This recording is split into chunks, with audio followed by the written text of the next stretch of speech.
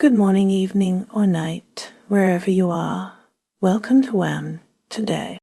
Take a deep breath, clear your mind, and let's drift through the whispers of today's world, one quiet thought at a time. As we wrap up Sunday, 22nd June, 2025, let's see what stories are unfolding around us. Israel and Iran are at the center of escalating tensions in the Middle East, triggered by U.S. strikes on Iranian nuclear sites. Iranian Foreign Minister Abbas Araghchi condemned the U.S. and Israel, accusing them of violating international law and warning of everlasting consequences. Former Israeli Prime Minister Benjamin Netanyahu praised Donald Trump's actions, stating they marked a pivotal moment in history, and that Israel had been urging the U.S. to support a swift end to Iran's nuclear program. President Trump indicated the U.S. might join Israel's effort to destroy Iran's nuclear sites, stating that the U.S. strikes caused monumental damage to all nuclear sites supported by satellite images. The strikes, utilizing bunker-buster bombs and Tomahawk missiles, have heightened the risk of a major regional conflict. Reportedly, Israeli strikes on Iran resulted in at least 950 fatalities, according to a human rights group. Ayatollah Ali Khamenei in Iran is contemplating retaliation or pursuing martyrdom and nuclear weapons, having also designated successors in anticipation of potential assassinations or military commander deaths. During Iranian missile attacks, at least 3 impacts occurred in Israel, injuring 23 people and heavily damaging buildings in Tel Aviv. Israel has defended itself from attacks, while President Trump suggested a new government in Tehran. Israelis have had mixed reactions of elation and fear in the aftermath of the strikes, with one resident stating his ruined home was the price for destroying Iran's nuclear program. The conflict has led to the postponement of a planned visit to India by Egyptian Foreign Minister Abdelati. Amidst the broader conflict, Israeli forces recovered the remains of 3 more hostages from Gaza, while at least 4 Palestinians were killed, and recovered the bodies of 3 Gaza captives and killed 33 Palestinians amidst a worsening humanitarian crisis in Gaza. These events have refocused attention on the situation in Gaza, which had been overshadowed by the crisis with Iran. British Prime Minister Keir Starmer called for Iran to return to negotiations after the U.S. strikes, citing Iran's nuclear program as a grave threat to international security. As airlines rerouted flights across the Middle East due to the conflict, Israel initiated rescue flights. Hundreds protested against the NATO summit and the Israel-Iran conflict in The Hague. Australia is navigating a complex landscape of international and domestic challenges. Prime Minister Anthony Albanese supports us, strikes on Iranian nuclear facilities, stating Iran must not have atomic weapons. He is concerned about a potential full-scale war and wants Iran to resume negotiations. Former Senator Doug Cameron tied Albanese's support to the AUKUS agreement. Foreign Minister Penny Wong addressed concerns about Middle East escalation, saying the U.S. has not asked for more Australian help but wouldn't speculate on the future. Domestically, Australia Post wants to raise stamp prices for ordinary letters to $1.70, pending approval from the Communications Minister for a possible July start date. The Australian Competition and Consumer Commission approved the 13.3% increase, citing less snail mail. Ing is under fire for not alerting customers about losing bonus interest if they miss monthly conditions, allowing Inch and other banks to cheaply access funds. Experts like James Martin and Edward Gigasathi are pushing for a harm reduction approach to nicotine, including removing excise and making vapes more available, saying the current approach isn't working. Turning to New Zealand, Winston Peters stated that the U.S. is acting in collective self-defense regarding bombings. The Labour and Green parties are asking the government to call the attacks a breach of international law. In Gaza, Abdullah Ahmed, a 31-year-old vegetable seller, looked for food at a distribution site run by the Gaza Humanitarian Foundation, JFF, a secretive Israeli and US-backed organization. Hundreds of people have reportedly died since JFF began distributing food. Iran. Following U.S. strikes on Iranian nuclear facilities, tensions have escalated. President Masoud Pezeshkian stated that the U.S. must receive a response to their aggression. Foreign Minister Abbas Araghchi warned that the U.S. and Israel crossed a very big red line by attacking 3 nuclear sites. Iran's ambassador declared that the U.S. decided to destroy diplomacy with the strikes and vowed a military response. Satellite images revealed severe damage to the Natanz nuclear enrichment site. The mood within the Iranian government is described as one of defeat and humiliation. Protests have erupted in Tehran against the U.S. and Israel. Russia and China have remained on the sidelines. The International Atomic Energy Agency, IAEA, reported no increased off-site radiation levels. IAEA chief Mr. Grossi urged a return to diplomacy and requested that Iran allow IAEA inspectors back into its nuclear sites to account for the 4,400 kilojoules of uranium enriched to 60%, warning of violence and destruction at unthinkable levels if diplomacy failed. United States.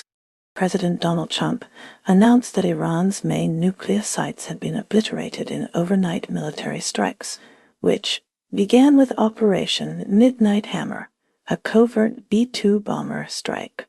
Vice President J.D. Vance stated that Iran's nuclear program has been substantially delayed by the strikes, conducted without endangering American pilots. The strikes prompted condemnation from Iran, accusing the U.S. of aggression and betraying diplomacy.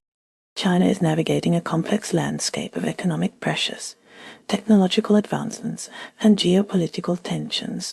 The promise of upward mobility through hard work and education is becoming less certain for the country's working-class youth. Amidst the trade war, companies like Honda supplier Dado Steel are re-evaluating their dependence on China and exploring alternative rare earth supply chains. However, China's technological sector continues to show promise, exemplified by the success of AI startup DeepSeek and the recognition of its founder, Lin Wenfeng, alongside tech leaders like Tencent's Pony Ma and Alibaba's Jack Ma, during a meeting with President Xi Jinping. China is adopting AI technology by implementing QSmart, an AI agent intended to assist store managers, highlighting the growing trend of AI integration within the restaurant sector to enhance operational efficiency. Further strengthening its position in Central Asia, China is deepening its economic and political relationships with Kazakhstan, Kyrgyzstan, Uzbekistan, Turkmenistan, and Tajikistan. The nation's military academies are seeing increased enrollment, fueled by government incentives and a surge in patriotism amid escalating competition with the United States. China has expressed strong disapproval of the actions of the United States and Israel regarding Iran, advocating for de-escalation and adherence to international legal norms, while specifically condemning U.S. strikes on Iranian nuclear facilities as severe breaches of international law.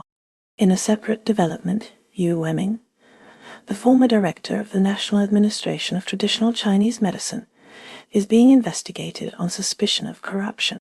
Turning to Taiwan, President Lai has affirmed Taiwan's independent status, emphasizing that it is unequivocally a country, thereby challenging China's claims that rely on the 1971 United Nations resolution. In Europe, the effort to secure lithium resources is facing significant obstacles due to competition from China and insufficient funding, which threatens the region's energy security and its ambitions for climate neutrality. Japan is actively broadening its economic and geopolitical activities. Japanese companies are increasingly using shareholder gifts to encourage retail investment, with 11% of firms now offering such incentives.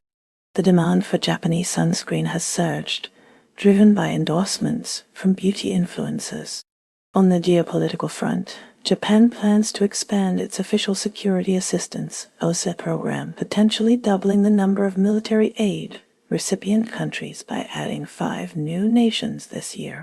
In diplomacy, Japan and South Korea marked the 60th anniversary of their diplomatic relations. However, the future of these relations will depend on policy choices made by South Korean President Lee Jae-myung.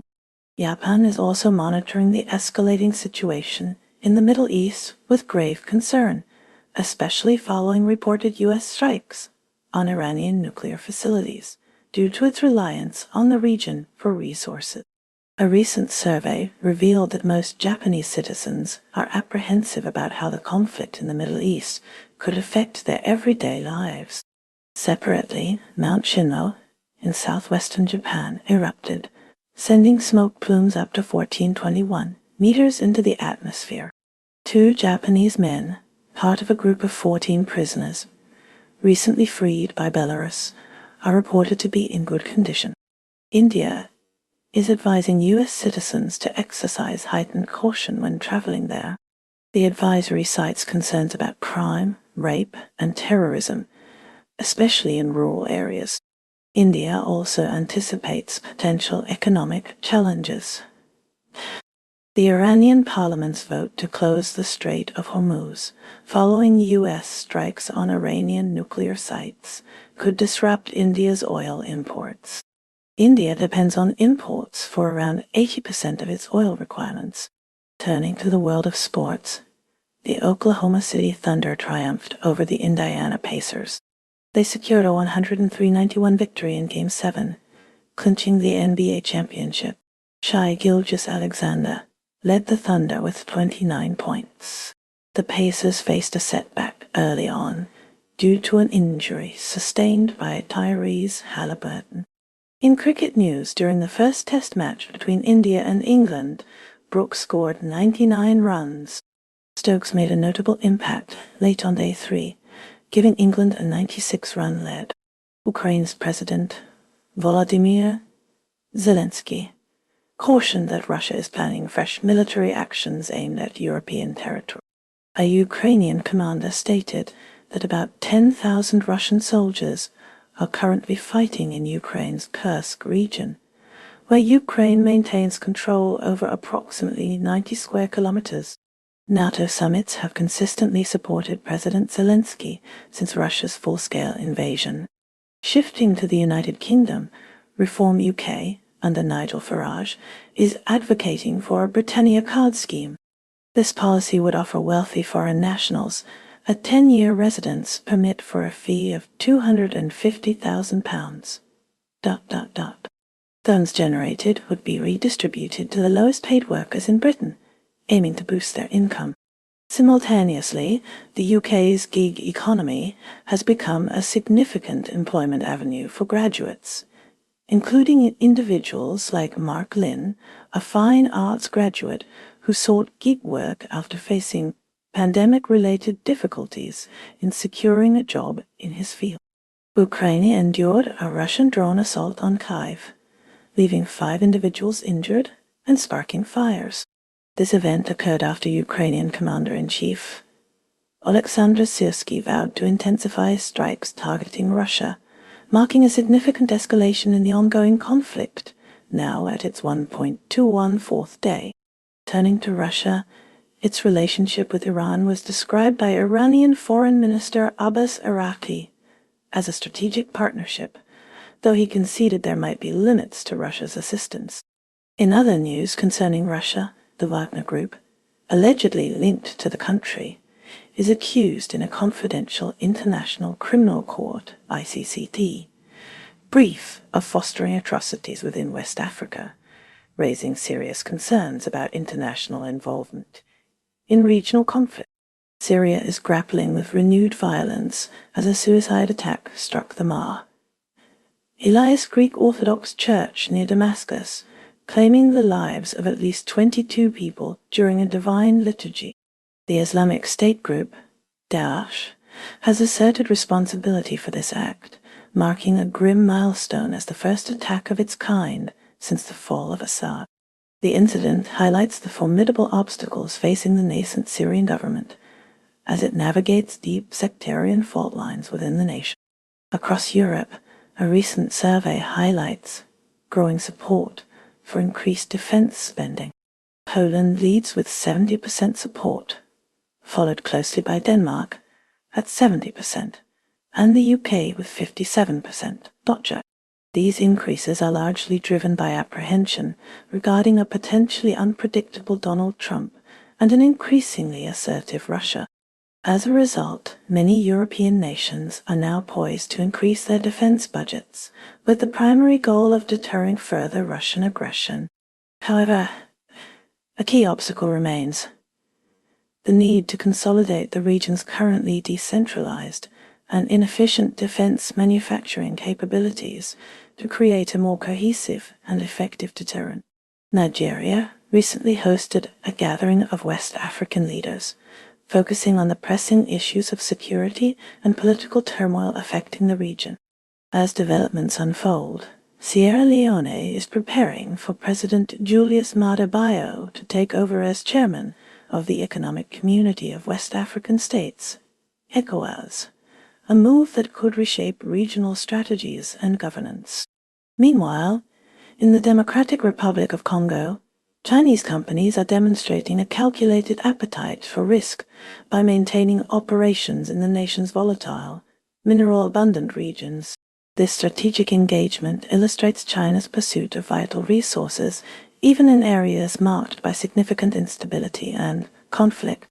South Korea's President Lee Jae-myung has chosen not to participate in the upcoming NATO summit. This decision hints at a possible recalibration of the nation's international alliances. In Seoul, a novel approach to public safety is being tested with the Running Patrol program. This initiative empowers local running clubs to act as community safety patrols, enhancing security through citizen engagement. Furthermore, South Korea is gearing up to compete in the development of sixth-generation fighter aircraft. Korea Aerospace Industries, KAI, is expected to be at the forefront of this ambitious technological endeavor. New Zealand's Defence Force is deploying an aircraft to repatriate stranded New Zealanders from the Middle East.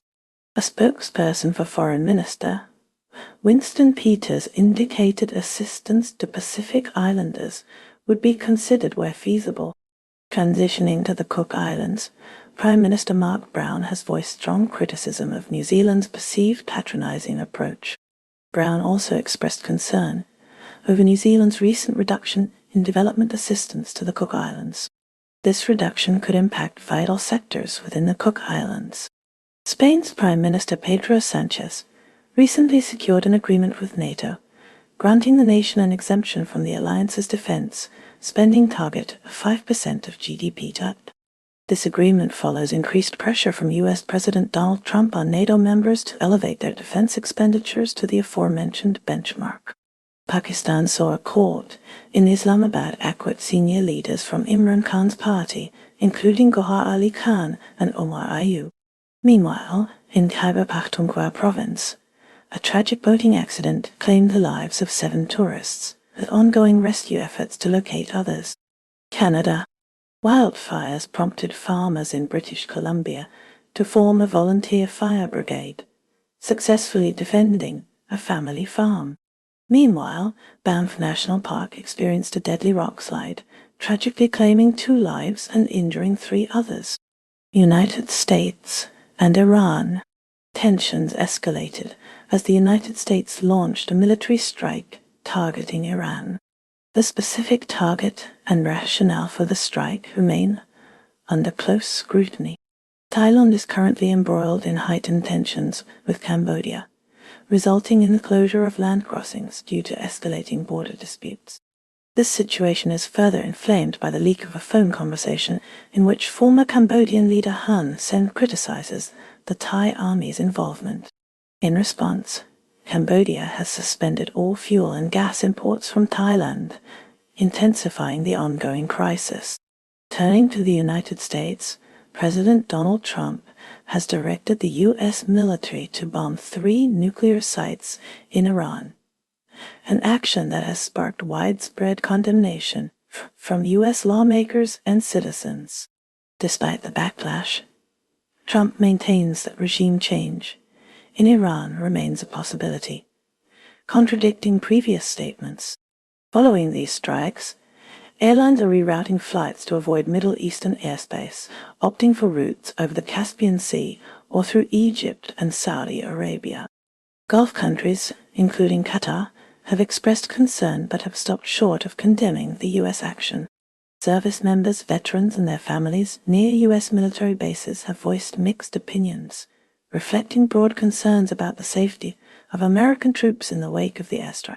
Meanwhile, at the Melanesian Spearhead Group, MSG Summit, Papua New Guinea's Prime Minister Marape has reaffirmed the nation's commitment to the group, with this year's summit being chaired by Fiji. In central Nigeria, police have apprehended 22 suspects believed to be connected to a mob attack that led to at least a dozen deaths. Shifting to Europe, French police have detained 12 suspects following reports from 145 individuals who allege they were pricked with syringes during the Fête de la Musique events, which attracted millions across France and unprecedented crowds in Paris.